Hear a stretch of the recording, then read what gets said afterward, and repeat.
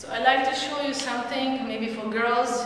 It's a 2 kilos, or you can use a water bottle. Is you come up on your knees, you lie down, hands and knees here on your thigh, and you raise the dumbbells up to the side. Now this is with the straight arm, 20 times. If this is done, from here, you're raising up on a letter V or alphabet V. Again, 20 times.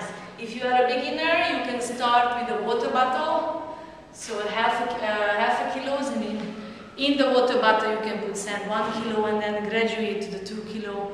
And I think these two exercises, no need more than 2 kilos, keep the 20 reps, excellent for your postures, it will help you to stay upright.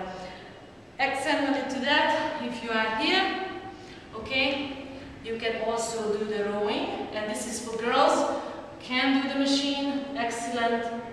Also for your posture and your upper back, excellent. So exhale as you pull, exhale and inhale back, exhale and inhale back. Okay, thank you.